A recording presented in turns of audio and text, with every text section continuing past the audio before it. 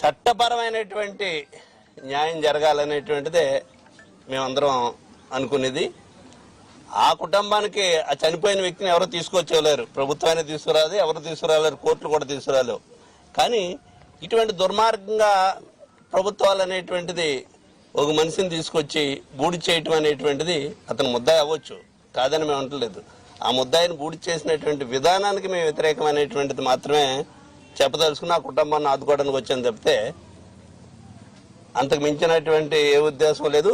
దీంట్లో ఒక నాగరాజు అన్నటువంటి సీఏని మాత్రం ముద్దాయిని చేసేటువంటి పరిస్థితి చేస్తున్నారు వీళ్ళందరూ.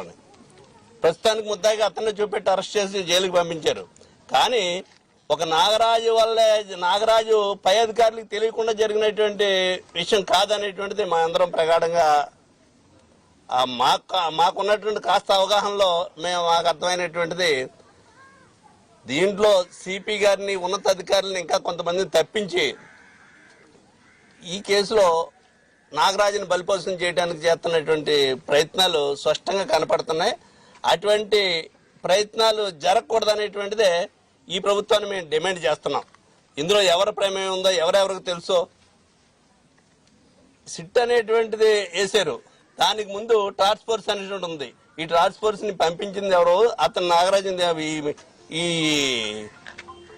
ఈ ముద్దాన్ని తీసుకొచ్చింది ఎవరో, చంపేసింది ఎవరో అన్ని పై అధికారులకి ఎవరికే తెలియకుండా ఒక్క నాగరాజు వల్ల, సీఏ వల్ల జరిగిపోయింది అనేటువంటిది మాత్రం చాలా తప్పు. దీంట్లో ఉన్నటువంటి వాళ్ళు ఎవరైతే ఉన్నారో, ఎవరి ప్రమేయం ఉందో, ఎవరికి తెలిసి జరిగిందో